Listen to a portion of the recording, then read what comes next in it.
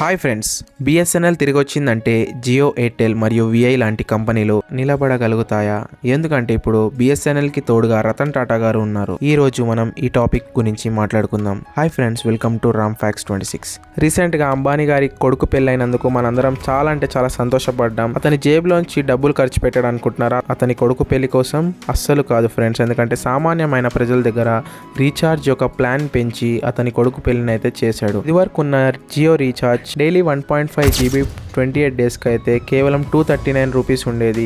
హఠాత్తుగా 299 రూపీస్ చేశాడు. అంటే ఏకంగా 25% అయితే అతను పెంచాడు. సో దీని మీద మీ ఒపీనియన్ ఏంటో కమెంట్లో రాయండి. ఫ్రెండ్స్, ఈ ఇంటర్నెట్ అంతా ఎక్కడ స్టార్ట్ అయిందో మనం ఈ వీడియోలో తెలుసుకుందాం.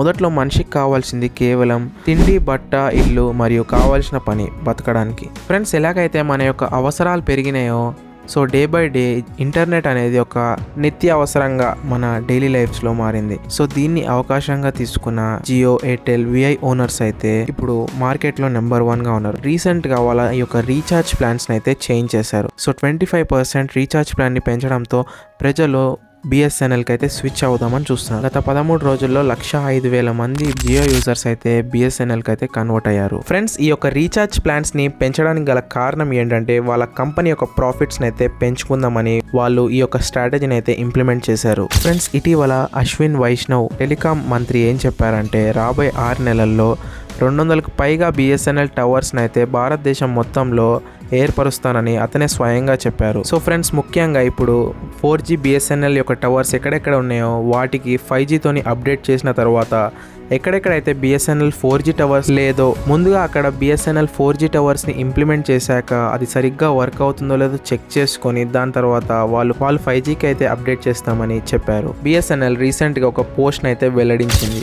సో అందులో ఏముందంటే వాళ్ళ యొక్క రీఛార్జ్ ప్లాన్స్ని అయితే ఏమాత్రం మార్చకుండా అవిటినే కంటిన్యూ చేస్తామని బిఎస్ఎన్ఎల్ అయితే ప్రమాణం చేసింది. అదే విధంగా కంటిన్యూ చేస్తే ఇంటర్నెట్ మరియు కాలింగ్ అనేది తక్కువ ధరకే దొరుకుతుంది. అంటే ప్రైవేట్ సంస్థలు ఎయిర్టెల్, విఐ మరియు జియో మాత్రం వాటి యొక్క రీఛార్జ్ ప్లాన్స్ అయినా తగ్గాలి లేదా వాటి యొక్క రీఛార్జ్ ప్లాన్స్ అయినా మాడిఫై చేయాలి. సో అంతకు మించి వాళ్ళు చేసేది ఏం లేదు. ఇంకా ప్రజలైతే బిఎస్ఎన్ఎల్ వైపు అడుగులు వేస్తున్నారు. సో ఫ్రెండ్స్, బిఎస్ఎన్ఎల్ మరియు ఎంటీఎన్ఎల్ అనేది ఒక పెద్ద టెలికాం సంస్థ. ఇది బిఎస్ఎన్ఎల్ కంటే ముందే స్థాపించబడింది.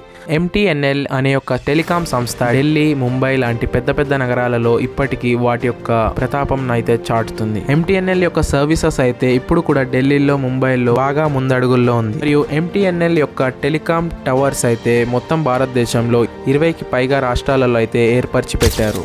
ఇప్పుడు బిఎస్ఎన్ఎల్, ఎంటీఎన్ఎల్ అయితే రెండు కలిశాయి. బిఎస్ఎన్ఎల్కి అయితే ఎక్కువగా పెట్టుబడి పెట్టాల్సిన అవసరం కూడా లేదు. ఎందుకంటే ఎంటీఎన్ఎల్ యొక్క టెలికాం సర్వీసెస్ యొక్క టవర్స్ అయితే ముందే ఏర్పరిచి ఉన్నాయి కాబట్టి. దీనికి పైగా రతన్ టాటా గారి బ్యాక్ సపోర్ట్, వీటన్నిటిని చూసిన ప్రభుత్వం అయితే ఈ యొక్క బిఎస్ఎన్ఎల్ అయితే ముందడుగులు వేపియాలని భారతదేశం అయితే నిర్ణయం తీసుకుంది. సో ఫ్రెండ్స్, రాబోయే రోజుల్లో ఈ యొక్క ప్రైవేట్ కంపెనీస్ ఎలా సర్వైవ్ అవుతాయో మరియు బిఎస్ఎన్ఎల్ యొక్క ప్లాన్స్ని అయితే మీరు ఈ చార్ట్లో చూసుకోవచ్చు. సో ఫ్రెండ్స్, వీడియో నచ్చినట్లయితే ఒక లైక్ చేసి ఒక సబ్స్క్రైబ్ చేసుకోండి. So thanks for watching. Until then, bye bye.